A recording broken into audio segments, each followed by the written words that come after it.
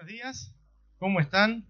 Miren, les cuento, no tengo un título para el mensaje. Sí quiero que compartamos en esta mañana algunos personajes de la Biblia y que podamos tomar enseñanza de estos ejemplos, uno dice personajes, es historia real, ¿no? Son todas personas que vivieron, todas personas de la historia, simplemente le decimos personajes porque son parte del libro. Y que podamos tomar ejemplos de ellos, tanto ejemplos positivos como ejemplos negativos. Algunos son conocidos, otros no tan conocidos, pero eso es lo que quisiera compartir en esta mañana con ustedes y vamos directamente al grano. Yo les invito a que leamos y abramos nuestras Biblias en el libro de 2 Timoteo, capítulo 3, versículo 8, y aquí nos vamos a topar con este par de personajes que nos menciona la Biblia. Y vamos a ir tomando algunas cosas y viendo características de estas personas que vivieron durante la historia de la humanidad y cómo influyen o de qué forma influyen en nosotros. 2 Timoteo capítulo 3, versículo 8. Está escribiendo Pablo de los falsos maestros. Y en el versículo 8 dice: y de la manera en que Janes y Jambres resistieron a Moisés, así también estos resisten a la verdad, hombres corruptos de entendimiento, réprobos en cuanto a la fe. Pablo menciona a un tal Janes y Jambres y dice que resistieron a Moisés y los compara con falsos maestros que resisten a la verdad. Probablemente este Janes y este Jambres hayan sido sacerdotes o hechiceros de Faraón en los tiempos de Moisés, en aquel imperio Egipto. ¿Recuerdan ustedes cuando Moisés tiró la vara de Aarón y se convirtió en culebra, en serpiente? Había unos hechiceros del imperio egipcio, de Faraón, que también hicieron el mismo milagro que Moisés. Y tiraron sus varas y también se convirtieron en serpientes sus varas. Luego dice la Biblia que la culebra, la serpiente de Moisés, se devoró a estas dos serpientes de estos hechiceros. Probablemente hayan sido Janes y Jambres. Cuando comenzaron las plagas, estos hechiceros replicaban las plagas que Dios hacía por mano de Moisés. Ellos también pudieron convertir el agua quizás en otro color o en sangre, no lo sé, pero sí pudieron mostrarle al faraón: mirá, este truquito también lo podemos hacer nosotros. Y cuando vino la plaga de las ranas, estos hechiceros también pudieron hacer salir ranas de algún lado. Hasta que llegó un punto que ellos dijeron: che, no, pará, esto que está haciendo Dios, estas nuevas plagas, ya no las podemos hacer. Esto es dedo de Dios, esto es mano de Dios, hasta aquí llegamos. Esto es verdaderamente un milagro. Pero allí estaban Janes y Jambres, quienes resistían a la verdad, quienes se oponían abiertamente al Evangelio, por decirlo de alguna manera. Hay personas en la actualidad que abiertamente se oponen a la predicación del Evangelio, a las buenas noticias, que abiertamente rechazan a Cristo. Recuerdo en tiempos de pandemia, en una ciudad, uno de los vecinos llamó a la policía y denunció que no se cumplía el protocolo del culto. ¿Se acuerdan aquellos tiempos? Llegó la policía con un fiscal y secuestró algunas cosas de la iglesia, algunos autos de algunos hermanos, lo metieron preso los pastores, todo porque un vecino se oponía a la verdad, se oponía a que el Evangelio fuese predicado. Es que hay gente así que lo hace abiertamente, gente que tenemos en las altas esferas de nuestro gobierno, que pueden dictar leyes que son contrarias a Jesucristo. Estas cosas también suceden en la iglesia local, cuando Satanás ataca abiertamente a la iglesia. Esto significa que la iglesia va por buen camino, que la iglesia está cumpliendo su misión, que la iglesia está predicando las buenas noticias. Esto incomoda a Satanás y de alguna manera aparecen personas como Janes y Jambres que se oponen a la verdad y que atacan públicamente a Cristo y a su iglesia. Cuando una iglesia no es atacada por personas así, puede darse por dos razones: o el Señor está protegiendo puntualmente a la iglesia de esos ataques, o que Satanás diga: no vale la pena hacerlo en esta iglesia, si es una iglesia chata, si es una iglesia que ni siquiera está cumpliendo la misión como debe hacerla, ¿para qué voy a perder tiempo en enfrentarlo públicamente?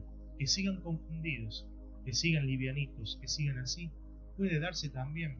Pero sí encontramos en la Biblia personajes como Janes y Jambres, que públicamente y abiertamente van en contra de la verdad. Gente que está afuera de la iglesia. Pero avancemos y vamos entrando de a poquito a la iglesia y vamos a encontrar otro personaje. Vamos a leer el libro de Hechos. Vamos al libro de Hechos, capítulo 8, versículo 5. Voy a ir leyendo. Y aquí aparece otra persona, otro personaje en tiempo de la iglesia primitiva, en tiempo de los apóstoles. Puntualmente, una historia que involucra a Felipe, uno de los apóstoles de Cristo. Dice Hechos 8, desde el versículo 5, dice: Entonces Felipe, descendiendo a la ciudad de Samaria, les predicaba a Cristo, y la gente unánime escuchaba atentamente las cosas que decía Felipe, oyendo y viendo las señales que hacía. Pero había un hombre llamado Simón, que antes ejercía la magia en aquella ciudad, y había engañado a la gente de Samaria, haciéndose pasar por algún grande. A este oían atentamente todos, desde el más pequeño hasta el más grande, diciendo: Este es el gran poder de Dios. Y le estaban atentos, porque con sus artes mágicas les había engañado, escuchen esta palabra, les había engañado por mucho tiempo. Pero cuando creyeron a Felipe, que anunciaba el evangelio del reino de Dios y el nombre de Jesucristo, se bautizaban hombres y mujeres. Para subrayar ahora, también creyó Simón mismo, y habiéndose bautizado, estaba siempre con Felipe, y viendo las señales y grandes milagros que se hacían, estaba atónito. Aquí ya no encontramos a alguien que se enfrenta al evangelio abiertamente. Aquí encontramos a una persona que se confundió, que confundió religión, que confundió servicio y que confundió sentirse bien con lo que hacía, con el verdadero cristianismo, con el verdadero cristianismo de Jesucristo. Se confundió Simón. Fíjense lo que dice el versículo 13. Dice que Simón creyó. ¿Leímos eso? Dice que Simón creyó. Segundo, dice que Simón se bautizó. Y dice que estaba al lado de Felipe, que seguía a Felipe para todos lados. Estaba siguiendo a un apóstol de Jesucristo, a un discípulo directo de Jesucristo, que había conocido a Jesucristo de primera mano, a Felipe. Y Simón estaba pegado a él, viendo todo lo que hacía. Podríamos decir que Simón estaba sirviendo también. Creyó, se bautizó, servía junto a los apóstoles. Pero en ningún momento la Biblia aclara que Simón recibió el Espíritu Santo. Es que no alcanza con creer solamente. Y siempre repetimos el mismo versículo que está en la Biblia, que los demonios también creen y tiemblan. No alcanza solo con creer, porque él no se arrepintió de sus pecados. Él no se arrepintió de su manera de pensar, de su manera de conducirse, de su manera de hablar. No se arrepintió de lo malo que buscaba su corazón. Tampoco aceptó el regalo de la salvación, que es por gracia. No tuvo un encuentro con Jesucristo. Su corazón nunca fue quebrantado. Simón se había confundido. Podemos decir todo esto por lo que sigue diciendo los versículos siguientes. Versículo 8, Hechos 8, versículo 18. Hechos 8, 18 dice: Cuando vio Simón que por la imposición de las manos de los apóstoles se daba el Espíritu Santo, les ofreció dinero, diciendo: Dadme también a mí este poder, para que cualquiera a quien yo impusiere las manos reciba el Espíritu Santo. Entonces Pedro le dijo: Tu dinero perezca contigo, porque has pensado que el don de Dios se obtiene con dinero. No tienes tu parte ni suerte en este asunto, porque tu corazón no es recto delante de Dios. El que engañaba a todos, ahora había sido engañado por Satanás y por sus propios pensamientos. ¿Saben qué? Él se había confundido. Estaba cómodo, servía, encontró buena gente, gente que no engañaba como él, gente que hacía una buena obra, pero nunca se interesó por lo único importante. Nunca se interesó por la persona de Jesucristo. Quizás a vos te guste la gente amable de la iglesia y te sientas cómodo. Quizás te guste hacer el bien y quieras ayudar aquí en la iglesia. Quizás te emociona el momento de canto y el canto congregacional y la música. Quizás te alienta el sermón de cada domingo. Pero si no te interesa Jesucristo, si no tenés un encuentro personal con Él, tengo que decirte seguramente que no tenés ni parte ni suerte en este asunto, que no sos parte de la iglesia, que no sos un hijo de Dios. Eso es lo que le pasó a Simón. Se había acercado un poquito más, no como Janes y Jambre que estaban a lo lejos resistiendo a la verdad. Simón entró por la puerta, se confundió, pero nunca buscó un cambio en su vida, porque nunca buscó al Señor. Estaba cómodo, le parecía todo bien, hasta quizás tenía el vocabulario de cristiano, pero nunca cambió su alma, porque nunca se arrepintió. Avancemos. Vimos a Janes y Jambres, vimos a Simón el mago, pero aparece también otro personaje en las Escrituras, llamado Demas. Vamos a buscar 2 versículos para que los tengan a mano. Primero, Colosenses, capítulo 4, versículo 14. Es simplemente una frase. Y si quieren buscar también y lo tienen a mano, a Filemón, el versículo 23, Filemón 1, 23 y 24. Pero vamos a con Colosenses primero y el otro lo tienen ahí guardadito a Filemón. Les doy tiempo para que lo busquemos. Aparece esta nueva persona, este nuevo personaje que se llama Demas. Dice Colosenses 4:14 y escribe Pablo en su salutación final, despidiéndose de los hermanos, dice: les saluda Lucas. Está diciendo, está conmigo, acá estoy con Lucas. Les saluda Lucas, el médico amado, y Demas. Simplemente lo menciona, simplemente aparece el nombre sin ningún calificativo.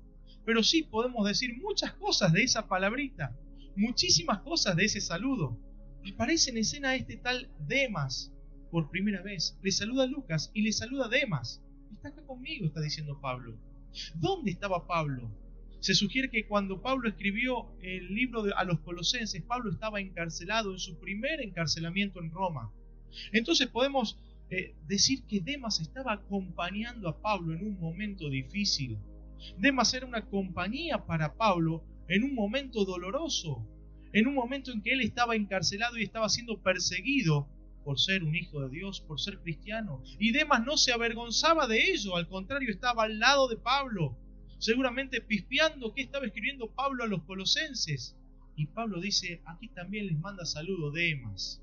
Pero si vamos al libro de Filemón, cuando Pablo escribe este libro, que también se dice que Pablo estaba encarcelado, dice Filemón 1, 23 y 24, te saludan Epafras, mi compañero de prisiones por Cristo Jesús, Marcos, Aristarco, Demas y Lucas, mis colaboradores. Aquí no solo encontramos a este Demas acompañando a Pablo en sus prisiones, sino que Pablo hace una aclaración más y agrega, ¿sabes qué? Demas es uno de mis colaboradores. Allá aparece como un calificativo. No solo está en mis prisiones acompañándome, sino que también es uno de mis colaboradores. Me ayuda, está al lado mío. Y no solo eso, sino que Demas aparece en una lista, podríamos decir, de grandes hombres de Dios, como lo fueron Lucas y Marcos. ¿Les suenan? Libro de Lucas, libro de Marcos. Y en el medio, allí, en esa lista, pequeña lista, aparece Demas, como colaborador de Pablo, dentro de estos grandes creyentes. Es que vemos que Demas estaba involucrado, comprometido con el servicio, comprendiendo que era un colaborador cercano de Pablo. Si hiciéramos un acróstico con las iniciales del nombre Demas, podríamos decir que con D era un hombre dedicado o devoto al servicio del Señor. Con E diríamos que es enérgico en la proclamación del Evangelio, si estaba con Pablo. Con M, motivado por el deseo de glorificar a Dios, amable y compasivo al estar cerquita de Pablo en tiempos difíciles, solidario con sus hermanos en la fe, colaborador de Pablo, activo, dispuesto. Pero algo pasó en la vida de Demas, algo apareció en la vida de Demas que se comenzó a apagar. Y allí aparece el versículo lamentablemente más conocido, por el que siempre recordamos a Demas y no por estos anteriores que leímos. Y aparece una frase tristísima que escribe Pablo en 2 Timoteo capítulo 4, versículos 9 y 10. En su última carta Pablo escribe de forma triste lo siguiente en 2 Timoteo 4, 9. Y le está escribiendo a Timoteo y le dice, procura venir pronto a verme, porque Demas me ha desamparado, amando este mundo, y se ha ido a Tesalónica. ¡Ah, qué tristeza!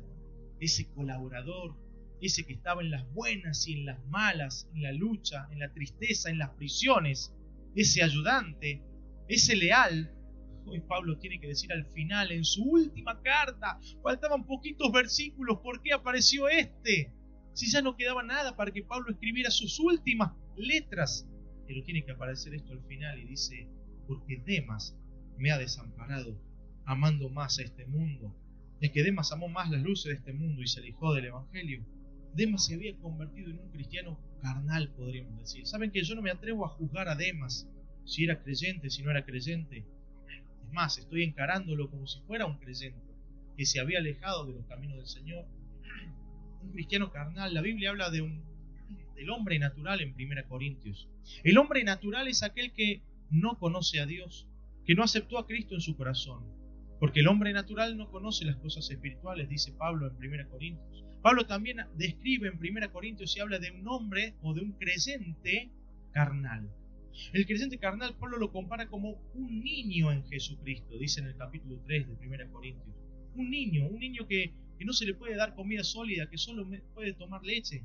Y habla y describe a los creyentes carnales aquellos que están y que tienen celos, envidias, y están en peleas, en divisiones. Así lo describe Pablo. Y también Pablo habla del creyente espiritual, aquel que tiene discernimiento por medio del Espíritu Santo. Prefiero poner a Demas y darle esa oportunidad, no lo sabemos. Un cristiano, un creyente que se alejó. ¿Cuántos conocemos? Gente que servía, gente que estaba activa, gente que colaboraba, gente que decís estuvo en las más difíciles y hoy no están. Se han alejado de los caminos del Señor, se han apartado, podríamos decir, creyentes carnales que se han dejado llevar por sus propios pensamientos. Saben, con Demas también podríamos hacer un acróstico negativo. Con la letra D podríamos decir un hombre desilusionado, quizás desilusionado de los creyentes. Con E, egoísta, poniendo sus propios deseos por encima de su compromiso a Dios. Con M, mundano, y lo dice el versículo, amando más a este mundo, amoldándose, prefiriendo disfrutar de este sistema engañoso y pecaminoso. Con A, apartado de la fe y de la verdad, siguiendo sus propias ambiciones. Y por último con S, de Demas, separado de la comunión de aquellos hermanos que lo aman. Eso es lo que pasa con las personas que se alejan de los caminos del Señor. Quizás muchas personas se alejaron y renegaron de las formas de la iglesia, de la conducción de la iglesia, del mal ejemplo que muchas veces damos nosotros, personas, hombres y mujeres pecadores. Quizás se ofendieron y no quisieron mirar a Jesucristo, porque somos imperfectos, porque ofendemos. Pero ¿sabe qué, mi hermano? Muchas veces nos vamos a ofender entre nosotros. No te tomes por ofendido. Somos pecadores que buscamos la santidad, pero somos pecadores en este mundo. Siempre tenés que mirar a Jesucristo. Siempre tenés que buscar las cosas de arriba. Y aquí viene la pregunta. ¿Cuánta raíz tiene tu fe para que no venga cualquier viento y voltee eso que hoy vemos? ¿Podría pasarte fácilmente lo de Demas? Hoy que estás sirviendo, hoy que estás comprometido, hoy que estás colaborando, ¿realmente tu fe está puesta en las cosas de arriba, como dice Colosenses? ¿O podrías amar a este mundo en algún momento? Es para examinarnos, es para reflexionar. ¿En dónde están puestos nuestra fe? ¿Qué tantas raíces en nuestra fe tenemos? ¿O nos puede pasar lo de Demas? Dijera mi hermano Horacio, que siempre insiste, ¿por qué venimos a la iglesia? ¿Cuál es la motivación por la que venís a la iglesia? ¿Para tener comunión con los hermanos en Cristo o solo para tener, entre comillas, comunión con mis hermanos, olvidándonos de Cristo? Parecido a lo que le pasó a Simón el Mago, que se sentía cómodo. ¿Cómo está tu fe? ¿Está en Cristo? ¿O un pequeño viento la puede voltear? Janes y Jambres allí lejos, desde afuera, a los gritos. Simón el Mago entrando y confundiéndose. Demas siendo parte activa de la iglesia, creyente, pero luego alejándose, amando más de este mundo. Pero aparecen más personas y personajes. Y ahora vamos a ver algunos más positivos. Vamos al libro de Hechos, miren, capítulo 18 también. Y aparece Priscila, Aquila y Apolos. Y podríamos caracterizarlos como consejeros y aconsejados. Hechos capítulo 18, versículo 24. Hechos 18, 24 dice así: llegó entonces a Éfeso un judío llamado Apolos, natural de Alejandría, varón elocuente, poderoso en las Escrituras. Este había sido instruido en el camino del Señor, siendo de espíritu fervoroso. Hablaba y enseñaba diligentemente lo concerniente al Señor, aunque solamente conocía el bautismo de Juan. Y comenzó a hablar con denuedo en las sinagogas, pero cuando le oyeron Priscila y Aquila, le tomaron aparte y le expusieron más exactamente el camino de Dios. Y queriendo él pasar a Acaya, los hermanos le animaron y escribieron a los discípulos que le recibiesen. Y llegando él allá, fue de gran provecho a los que por la gracia habían creído, porque con gran vehemencia refutaba públicamente a los judíos, demostrando por las Escrituras que Jesús era el Cristo. Qué hermoso fue lo que hicieron Aquila y Priscila. Y qué bueno fue lo que hizo Apolos, hermanos, porque Apolos fue quien recibió el consejo. Hacía falta de dos partes en este punto, y hace falta de dos partes en la iglesia. Gente que esté dispuesta a ayudar, gente que esté dispuesta a alentar, gente que esté dispuesta a aconsejar sin orgullo y con palabra de Dios. Y también hace falta gente que esté dispuesta a escuchar, a recibir, a querer aprender y a aceptar con humildad el consejo de un hermano. Es necesario de las dos partes. Apolos nunca hubiese sido de provecho, como dice el versículo 27. Apolos nunca hubiese demostrado por las Escrituras que Cristo era el Señor, como dice el versículo 28, si no hubieran aparecido Aquila y Priscila. Es más, probablemente fue Apolos quien sentó las bases allí en la iglesia en Corinto, junto con Pablo. Nunca hubiera logrado eso si no aparecía una Aquila y una Priscila, o si él no tenía un corazón humilde para decir: quiero aprender, quiero escucharlos, quiero recibir su consejo. Dios bendiga a los hermanos que oran por aquellos que recién están comenzando, y Dios bendiga a los humildes de corazón que están deseosos de recibir el consejo de parte de Dios a través de un hermano. Vemos también entonces estos personajes: Aquila, Priscila y Apolos, consejeros y aconsejados. Es muy necesario en nuestras iglesias ser humildes de las dos partes, humildes al llevar el consejo y humildes a recibir el consejo. Ya estamos llegando al final y aparece un personaje que me encanta, un personaje al que por ahí juzgamos prematuramente, pero a la luz de las Escrituras decimos: wow, mira vos quién había sido, mira quién era este muchachito. Aparece un muchacho llamado Juan Marcos, y cuando aparece en el libro de Hechos, aparece seguramente, probablemente como un hombre, como un joven inmaduro, que también abandonó a Pablo en medio de uno de sus primeros viajes. Este jovencito era sobrino de Bernabé, y por causa de él, por causa de Juan Marcos, Pablo y Bernabé separan sus ministerios, habiendo tenido una discusión no pequeña, dice la Biblia, por causa de Juan Marcos. Miren, y si quedara allí la historia, tendría el mismo final que el de Demas, y podríamos haber dicho que Juan Marcos abandonó a Pablo en uno de sus viajes, y hasta Pablo se enojó, y quedaba ahí la historia. Sin embargo, viendo la historia de Juan Marcos, podemos decir que Dios es un Dios de oportunidades, y que Dios hizo una gran obra en Juan Marcos. Por más que un líder como Pablo te rechace, Dios puede darte una nueva oportunidad y hacer cosas grandes para su gloria. Estamos a tiempo. Si estás aquí sentado es porque estás a tiempo. No ha llegado tu fin todavía. Juan Marcos, miren, fue reivindicado por Pablo. Por el mismo Pablo fue reivindicado. Cuando le llamó colaborador en el libro de Filemón, ¿se acuerda que lo leímos recién cuando hablamos de Demas? Ahí estaba Juan Marcos en esa lista junto con Lucas, con Demas, y Pablo le llama a Juan Marcos colaborador. Ahí vemos un cambio de actitud de Pablo. Parece que la historia siguió, y con el paso del tiempo Pablo dice: Juan Marcos es un gran colaborador mío. Qué bueno saberlo. Y si vamos al libro de Colosenses, capítulo 4, versículo 10, vemos que Pablo dice: si Marcos llega a Colosas, recíbanle. Acuérdense que de Él también recibieron sus mandamientos. Le está diciendo, che, ustedes recibieron enseñanza de Marcos. Recíbanle, estoy de acuerdo con eso. Miren lo que dice Colosenses 4:10. Aristarco, mi compañero de prisiones, os saluda. Y Marcos, el sobrino de Bernabé, acerca del cual habéis recibido mandamientos, si fuera vosotros, recibidle. Eso dice Pablo de Juan Marcos. Aquel Pablo que lo rechazó para viajar en Hechos, ahora dice en 2 Timoteo 4:11, solo Lucas está conmigo, toma a Marcos y tráele contigo, porque me es útil para el ministerio. ¡Wow! ¿Cuántas cosas termina escribiendo Pablo de Marcos?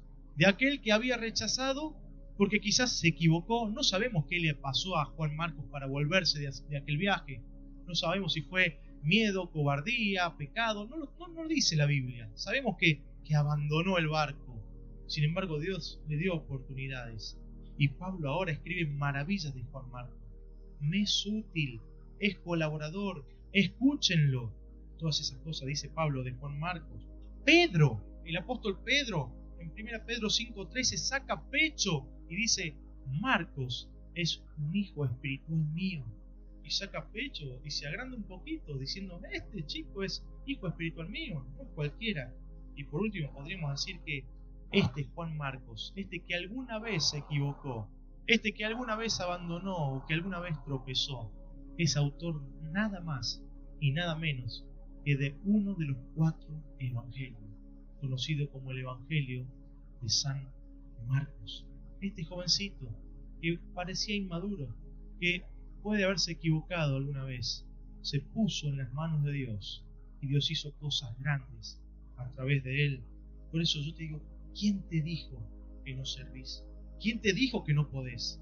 Si has caído, si has tropezado, si alguna vez has pisoteado la sangre de Cristo pecando y pecando, tenés que ponerte en manos de Él, arrepentirte y pedirle, Señor, hacé una obra en mí, moldeame, te necesito, porque la sangre de Jesucristo tiene poder para perdonar nuestros pecados. Confesale tus pecados. Juan Marcos era un creyente, se equivocó, sin embargo se puso en manos de Dios y Dios hizo cosas grandes para su gloria. ¿Quién dice que vos no lo podés hacer?